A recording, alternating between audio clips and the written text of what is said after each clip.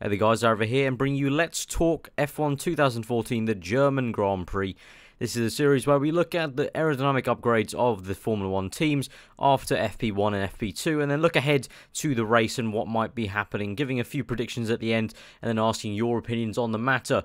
So, yeah, before I start off the actual whole video, I should explain, today is usually meant to be a career mode video, but today, Let's Talk is going to be the video on my channel. That's because at the moment it is 33 degrees here in the UK. It is far too hot for me to handle. I'm British. I'm not used to this hot weather, and at the moment it's literally impossible to record for more than 20 minutes at a time in a room where I have to close the window, stop my fan while I record, otherwise it'll get picked up on the mic. So that's why there's no career mode at the moment, and also the sub boxes have been a bit broken. The last two videos I've done haven't really published too well, so I'm gonna wait a bit until the sub boxes fix themselves to upload the next career mode, which will hopefully be on Monday. But yeah, let's get away from that and let's get on to the rest of the video. So looking at aerodynamic upgrades, well, obviously the big talking point has been the Frick system that's been banned by you know, for all the Formula 1 teams now. Essentially the FIA you know, kind of warranted the Frick system was sort of illegal, and that the teams could postpone the ban till next year if they all unanimously, you know, kind of like said no. But it meant that if there was a single team that said no, we want the ban now, then every team had to remove it. The teams couldn't come to the decision as many predicted, so now they've all removed this Frick system. So what is Frick? So essentially it's a kind of system that allows the front suspension and the rear suspension to talk to each other and to interlink and kind of interact with each other.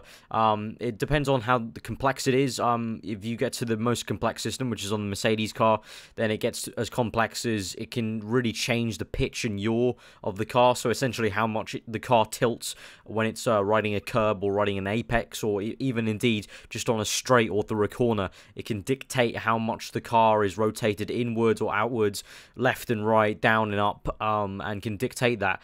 But it's a lot more kind of because it's not manually controlled and there's no electronics. It's all done by hydraulics. It was allowed in the rules, and it's been around for 10 years now.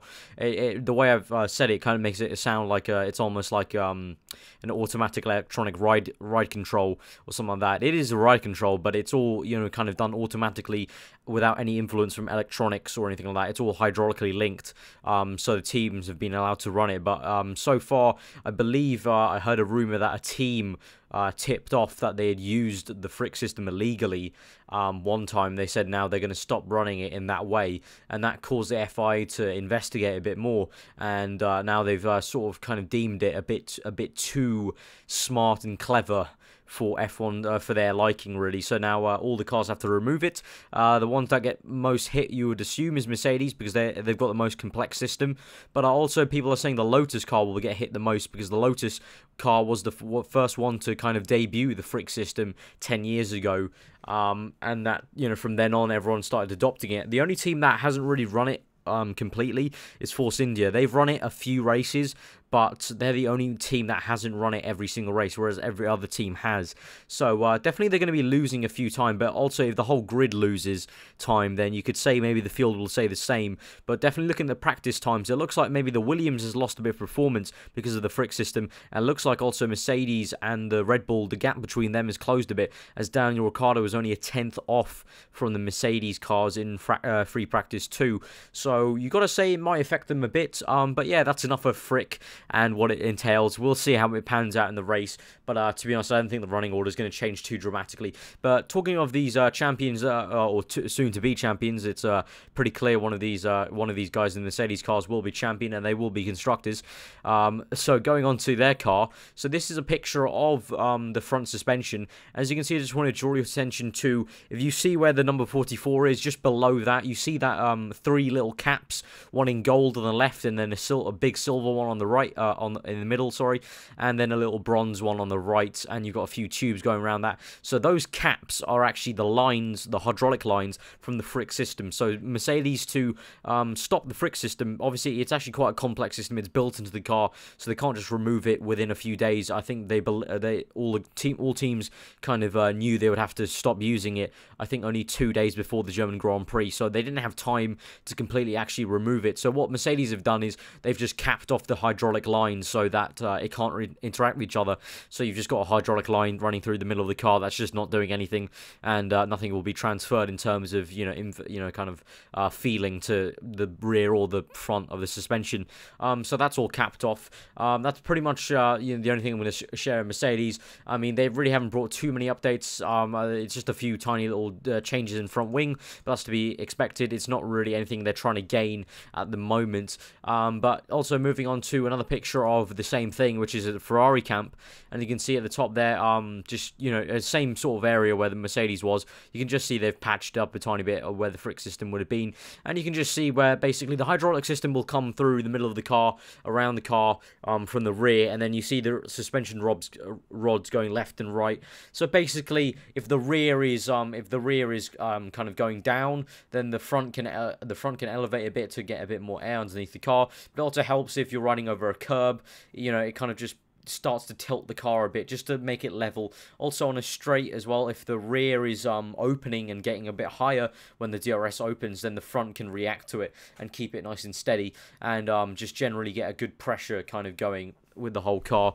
But that's the only picture from Ferrari then. But the big updates that have come this weekend have been from McLaren. So McLaren have brought a new rear wing system. So this is a picture of their old system at the moment, their old rear wing that they were running for a few laps here at the free practice in Germany, and you can see it's all pretty plain on the sides. But then we go to this next one, which is the updated one, you'll see a lot of little fins on the sides there, quite an array. I think what's that, 5 on the top and about 4 on the bottom, and those fins essentially cut the air that's going on the side of the rear wing, cuts that, reduces drag.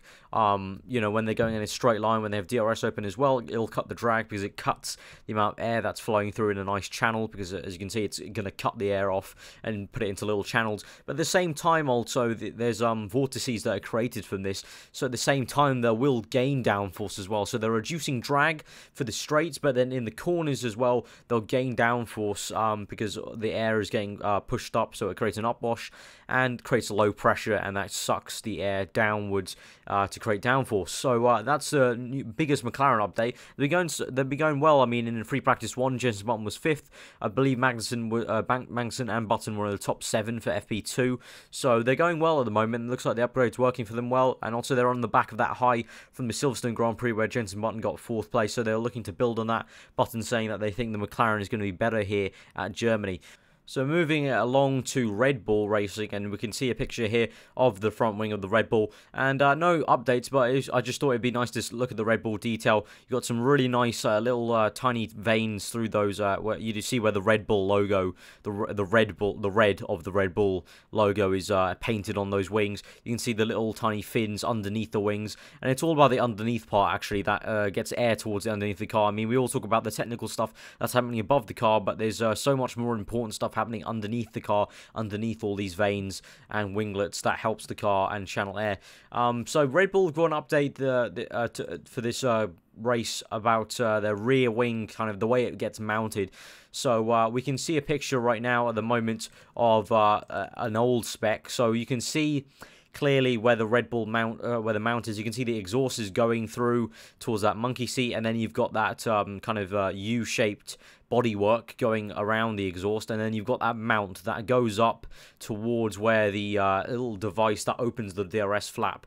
Now that's quite a big chunky kind of mount that kind of attaches to the DRS point, to the DRS system kind of opener. Now if we look at the picture now, this is the new one they've got. So they've changed the mount around, so they've moved it a bit further back from where the exhaust cover is going, and then you can see it doesn't connect to the DRS system. It's connecting directly to the bottom flap of the rear wing. So it also looks a lot thinner on the profile, and so that will maybe just help for a bit of aerodynamic gain in terms of they just have one less thing kind of obstructing where the air is flowing towards the DRS. So that may help a tiny bit in straight line speed. Also, they've also removed one slot. As you can see, the slots just on top of the infinity symbol. Those 3 slots, they had 4 in the last race, so they removed 1 to help drag, and they obviously already had this update, but it's just nice to note. Next to the T of Total, they've got that long slot down the middle. Again, all this removing that 4th slot and that long slot slot down the side of the rear wing is just to help drag and improve airflow through so they can get better straight line ability.